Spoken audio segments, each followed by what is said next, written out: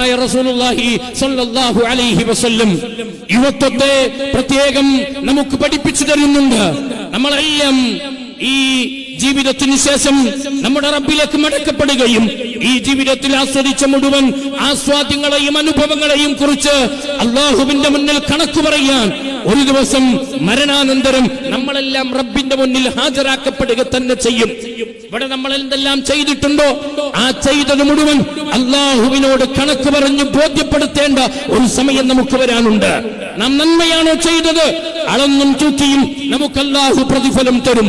നാം തിന്മയാണോ ചെയ്തത്, തക്കതായ ശിക്ഷ അനുഭവിക്കാതെ നമുക്കാർക്കും നമ്മുടെ കാൽപാദങ്ങൾ അനക്കാൻ കഴിയാത്ത ഒരു ദിവസവും ഒരു സമയവും നമുക്ക് വരാനുണ്ട് എന്ന് ഇസ്ലാം വളരെ കൃത്യമായി പഠിപ്പിക്കുന്നുണ്ട്.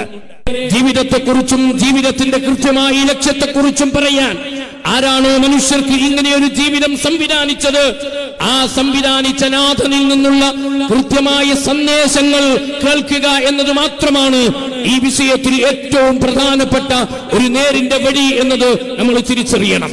മുസ്ലിമീങ്ങളെ സംബന്ധിച്ചിടത്തോളം മഹാഭാഗ്യവാന്മാരാണ് അവർ. മുസ്ലിമീങ്ങൾ മഹാഭാഗ്യവാന്മാരാണ്. കാരണം തങ്ങളുടെ ജീവിതത്തെ അവർ നോക്കിക്കാണുന്നത് ഏതെങ്കിലും ശാസ്ത്രശാഖയുടെ അളവുകോൽ അനുസരിച്ചല്ല, മറിച്ച് അവർ തങ്ങളുടെ ജീവിതത്തെ നോക്കിക്കാണുന്നത് തങ്ങൾക്ക് ഇങ്ങനെ ഒരു ജീവിതം തന്ന ലോകത്തിന്റെ തമ്പുരാൻ, ആ തമ്പുരാൻ ലോകത്തിന് മാർഗദർശനമായി അവതരിപ്പിച്ചു കൊടുത്ത പരിശുദ്ധ ഖുർആൻ, ആ പരിശുദ്ധ ഖുർആനിലെ 6000 ചില്ലാനം വചനങ്ങൾ അതിന്റെ മുന്നിലോ അതിന്റെ പിന്നിലോ അതിന്റെ വലതിലോ അതിന്റെ ഇടതിലോ ആർക്കെല്ലാം എന്തെല്ലാം സൂക്ഷ്മദർശനി ഉപയോഗിച്ച് പരിശോധിച്ചു നോക്കിയാലും തെറ്റിന്റെയും കുറ്റത്തിന്റെയും കുറവുകളുടെയും ന്യൂനതകളുടെയും ഒരംശം പോലും ചൂണ്ടിക്കാണിക്കാൻ കഴിയാത്ത, ഇന്നും ആളുകൾക്ക് മുമ്പിൽ ധൈര്യത്തോടെ നെഞ്ചുറപ്പോടെ തലയെടുപ്പോടെ ഉയർന്നു നിൽക്കുന്ന ആ പരിശുദ്ധ ഖുർആൻ വരച്ചു കാണിക്കുന്നു എന്താണ് മനുഷ്യന്റെ ജീവിതം എന്ന്. അതെ, അല്ലദീ ഖലഖൽ മൗത വൽ ഹയാത ലിയബ്ലുവകും അയ്യുകും അഹ്സനു അമല. ആരാണ് നിങ്ങൾക്ക് ജീവിതം നൽകിയത്? അത് മേലായ റബ്ബിന്റെ അപാരമായ അനുഗ്രഹമാണ്. ജീവിതം ദൈവത്തിൽ നിന്ന് കിട്ടിയ വരദാനമാണ്. മനുഷ്യർക്ക് ഒരേ ഒരു പ്രാവശ്യം മാത്രമേ ജീവിതം എന്ന് പറയുന്ന ഈ അനുഗ്രഹത്തെ അല്ലാഹു നൽകുന്നുള്ളൂ. ഇത് മനുഷ്യൻ നശിപ്പിച്ചു കളഞ്ഞാൽ, ഇതിനെ മനുഷ്യൻ തുലച്ചു കളഞ്ഞാൽ, ഇതിനെ മനുഷ്യൻ തകർത്തു കളഞ്ഞാൽ പിന്നീട് ഈ ജീവിതത്തെ പുനഃസംഘടിപ്പിക്കുവാനോ ഈ ജീവിതത്തിന് രണ്ടാമതൊരവസരമോ ഈ ജീവിതത്തിനില്ല. ഇത് മനുഷ്യർക്ക് ഒരേ ഒരു ചാൻസ് മാത്രമാണ് എന്നാണ് വിശുദ്ധ ഖുർആൻ വളരെ കൃത്യമായി പഠിപ്പിച്ചത്. അതുകൊണ്ട് ജീവിതത്തിന്റെ തുടക്കവും ജീവിതത്തിന്റെ മധ്യവും ജീവിതത്തിന്റെ ഒടുക്കവും എങ്ങനെയാണോ ദൈവം തമ്പുരാൻ മനുഷ്യരോട് അതിലെ നിയമങ്ങളും നിർദ്ദേശങ്ങളും പാലിച്ച് ജീവിക്കാൻ ആവശ്യപ്പെടുന്നത്, അതനുസരിച്ച് തങ്ങളുടെ ജീവിതത്തെ മുന്നോട്ട് കൊണ്ടുപോകുവാൻ ഇസ്ലാം വളരെ കൃത്യമായി ആവശ്യപ്പെടുന്നുണ്ട്. ബാക്കി ജീവിതത്തിൽ നിങ്ങൾക്ക് എന്ത് നഷ്ടം സംഭവിച്ചാലും നിങ്ങൾക്ക് തിരിച്ചു പിടിക്കാം. നിങ്ങൾക്ക് സമയമുണ്ട്, നിങ്ങൾക്ക് സൗകര്യമുണ്ട്. കച്ചവടത്തിൽ നഷ്ടം സംഭവിച്ചോ, ആ നഷ്ടത്തിന്റെ കാരണങ്ങൾ വരാതെ വീണ്ടും അതേ കച്ചവടം, അതേ ടൗണിൽ, അതേ അങ്ങാടിയിൽ, അതേ ബിൽഡിംഗിൽ നിങ്ങൾക്ക് പുനരാരംഭിക്കുവാനും കച്ചവടം വീണ്ടും വിജയത്തിലേക്കും ലാഭത്തിലേക്കും എത്തിക്കുവാനും നിങ്ങൾക്ക് അവസരമുണ്ട്. നിങ്ങൾക്ക് നഷ്ടം സംഭവിച്ചത് കൃഷിയിലാണോ? അടുത്ത വർഷം എന്താണ് ആ കൃഷിയിലെ നഷ്ടത്തിന്റെ കാരണമെന്ന് ആ കാരണത്തെ പഠിച്ച് വീണ്ടും അതേ കൃഷി നിങ്ങൾക്ക് വൻ ലാഭത്തിലെത്തിക്കുവാൻ നിങ്ങൾക്ക് ജീവിതത്തിൽ അവസരമുണ്ട്. നിങ്ങൾ ജീവിതത്തിൽ തോറ്റുപോയത് ഒരു പരീക്ഷയിലാണോ? ആ പരീക്ഷയിൽ തോറ്റതിന് ആ വിഷയത്തെ അടുത്ത വർഷം നിങ്ങൾക്ക് വീണ്ടും എഴുതി പാസ്സാകുവാനും വിജയം വരിക്കുവാനും നിങ്ങൾക്ക് അവസരമുണ്ടെങ്കിൽ, പ്രിയമുള്ളവരെ, നമുക്കാർക്കും അവസരമില്ലാത്തത് നമ്മുടെ ജീവിതത്തെ നശിപ്പിച്ചു കളഞ്ഞാൽ ഈ ജീവിതത്തെ രണ്ടാമത് ഒരാൾക്ക് കൊണ്ടുകൊടുക്കുവാൻ, രണ്ടാമത് ഈ ജീവിതത്തെ ഉപയോഗപ്പെടുത്തുവാൻ മനുഷ്യർക്കാർക്കും അവസരമില്ല. ഇത് ഒരേ ഒരവസരം മാത്രമാണ് എന്നാണ് ഇസ്ലാം വളരെ കൃത്യമായി ആവശ്യപ്പെടുന്നത്. അതുകൊണ്ട് ആ ജീവിതത്തിന്റെ ശ്രദ്ധേയമായ കാലഘട്ടം എന്ന് പറയുന്നത് യുവത്വമാണ്. ആ ജീവിതത്തിന്റെ ഏറ്റവും കരുത്തുള്ള കാലഘട്ടം എന്ന് വിശേഷിപ്പിക്കുന്നത് യുവത്വത്തിന്റെ കാലഘട്ടമാണ്. ആ യുവത്വത്തിന്റെ കാലഘട്ടത്തെ നന്മയുടെ വഴിയിൽ ചെലവഴിച്ചാൽ, ആ യുവത്വത്തിന്റെ കാലഘട്ടത്തെ നേരിന്റെ മാർഗത്തിൽ ചെലവഴിച്ചാൽ, രാജ്യത്തിന് നന്മകൾ ചെയ്ത് സമൂഹത്തിന് ഉപകാരങ്ങൾ ചെയ്ത് കുടുംബത്തിന് സേവനങ്ങൾ ചെയ്ത് സൃഷ്ടിച്ചു പരിപാലിക്കുന്ന നാഥനോട് നന്ദിയും കടപ്പാടും കാണിച്ച് സഹജീവികളോട് കൃത്യമായ ഉത്തരവാദിത്വങ്ങൾ പാലിച്ച് തങ്ങളുടെ ജീവിതത്തിന്റെ കത്തിത്തിളങ്ങുന്ന ആ കരുത്തിന്റെ കാലഘട്ടത്തെ കൃത്യമായി വിനിയോഗിക്കുകയാണെങ്കിൽ അവർക്ക് പറയപ്പെട്ടിട്ടുള്ള പ്രതിഫലം വലിയ ഉയർന്ന പ്രതിഫലമാണ്. ജീവിതത്തിൽ ഏറ്റവും തിളക്കമുള്ള കാലഘട്ടം എന്ന് വിശേഷിപ്പിച്ച ഈ യുവത്വത്തെ പരിശുദ്ധ ദീൻ ഇസ്ലാം പ്രത്യേകം നോട്ട് ചെയ്യുകയും പ്രത്യേകം മാർക്ക് ചെയ്യുകയും ചെയ്തത് ഇസ്ലാമിന്റെ പ്രമാണങ്ങൾ പരിശുദ്ധ ഖുർആനായാലും അതിന്റെ വിശദീകരണമായ പ്രവാചകന്റെ ജീവിതമായാലും അതിനുശേഷമുള്ള സച്ചരിതരായ സ്വഹാബത്തിന്റെ ചരിതങ്ങളായാലും നമ്മുടെ മുമ്പിലെല്ലാം വളരെ കൃത്യമായി യുവത്വത്തെ പ്രത്യേകം മാർക്ക് ചെയ്ത് പ്രവാചകൻ ഉപദേശങ്ങളും നിർദ്ദേശങ്ങളും നൽകിയത് നാം പ്രിയമുള്ളവരെ കാണുന്നുണ്ട്. ഇന്ന് മദ്യത്തിന്റെ പിന്നാലെ പോയി, മയക്കുമരുന്നിന്റെ പിന്നാലെ പോയി, കുടുംബത്തിന് തലവേദനയായി, നാട്ടുകാർക്ക് ഭീഷണിയായി, ആർക്കും ഒരു ഉപകാരമില്ലാത്ത ജീവിതം നയിച്ചുകൊണ്ടിരിക്കുന്നവരോട് അവരോട് നമുക്ക് പറയാനുള്ളത്, നിന്റെ ഈ കരുത്തിന്റെ കാലഘട്ടമുണ്ടല്ലോ, നീ മദ്യം നുണഞ്ഞുകൊണ്ടിരിക്കുന്ന, നീ മയക്കുമരുന്ന് ആസ്വദിച്ചുകൊണ്ടിരിക്കുന്ന, നീ ഇഷ്ടമുള്ളവരോടൊപ്പം സഞ്ചരിക്കുകയും ഇഷ്ടമുള്ളവരെ എല്ലാം നീ പ്രാപിക്കുകയും ചെയ്യുന്ന, എന്നെ ചോദ്യം ചെയ്യാൻ ആർക്കും അവകാശമില്ല, എനിക്കെല്ലാത്തിനും സ്വാതന്ത്ര്യമുണ്ട്, ഞാൻ 18 തികഞ്ഞവനാണ്, എന്റെ വ്യക്തി സ്വാതന്ത്ര്യമാണ് എന്ന ധിക്കാരത്തിന്റെയും ദാസ്യത്തിന്റെയും വർത്തമാനം പറഞ്ഞു നീ ഇപ്പോൾ ചെയ്തുകൊണ്ടിരിക്കുന്ന ഈ ചെയ്തികളുണ്ടല്ലോ, നീ നശിപ്പിച്ചു കളയുന്നത് നിന്റെ ജീവിതത്തിന്റെ ഈ കരുത്തിന്റെ കാലഘട്ടമാണ്. ഒരിക്കലും നിനക്കത് തിരിച്ചു വരുന്നില്ല, നീ വിചാരിക്കേണ്ടതില്ല.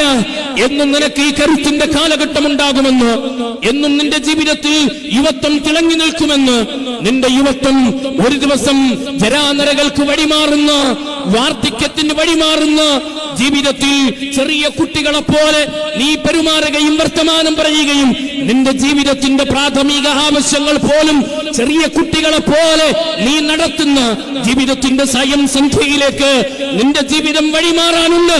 അതുകൊണ്ട് യുവത്വം എന്ന് പറയുന്നത് ഒരിക്കൽ മാത്രം നമുക്ക് കിട്ടുന്നതാണ്.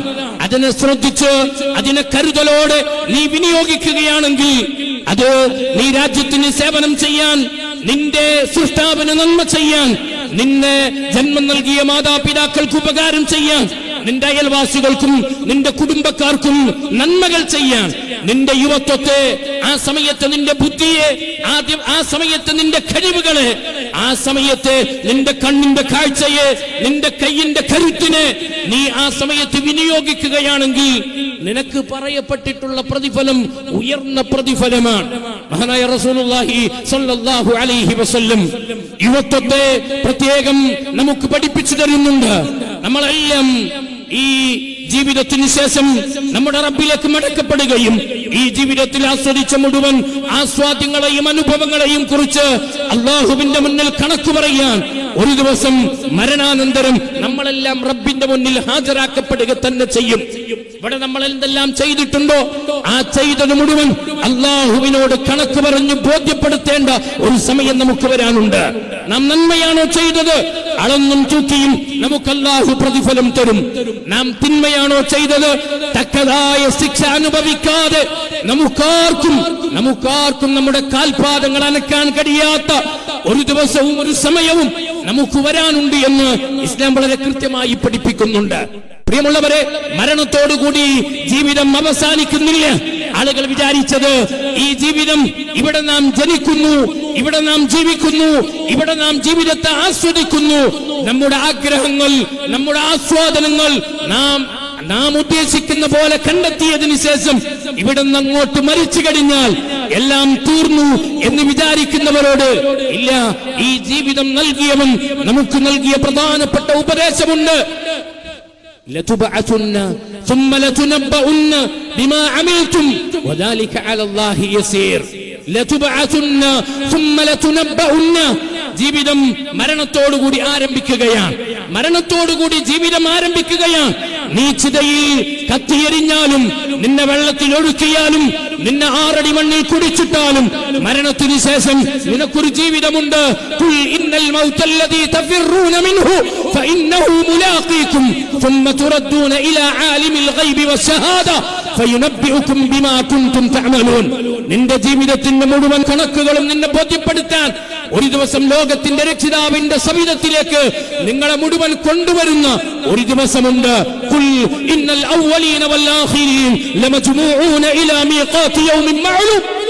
ആരെയും ഒഴിവാക്കില്ല, ഒരാളെയും മാറ്റി നിർത്തില്ല.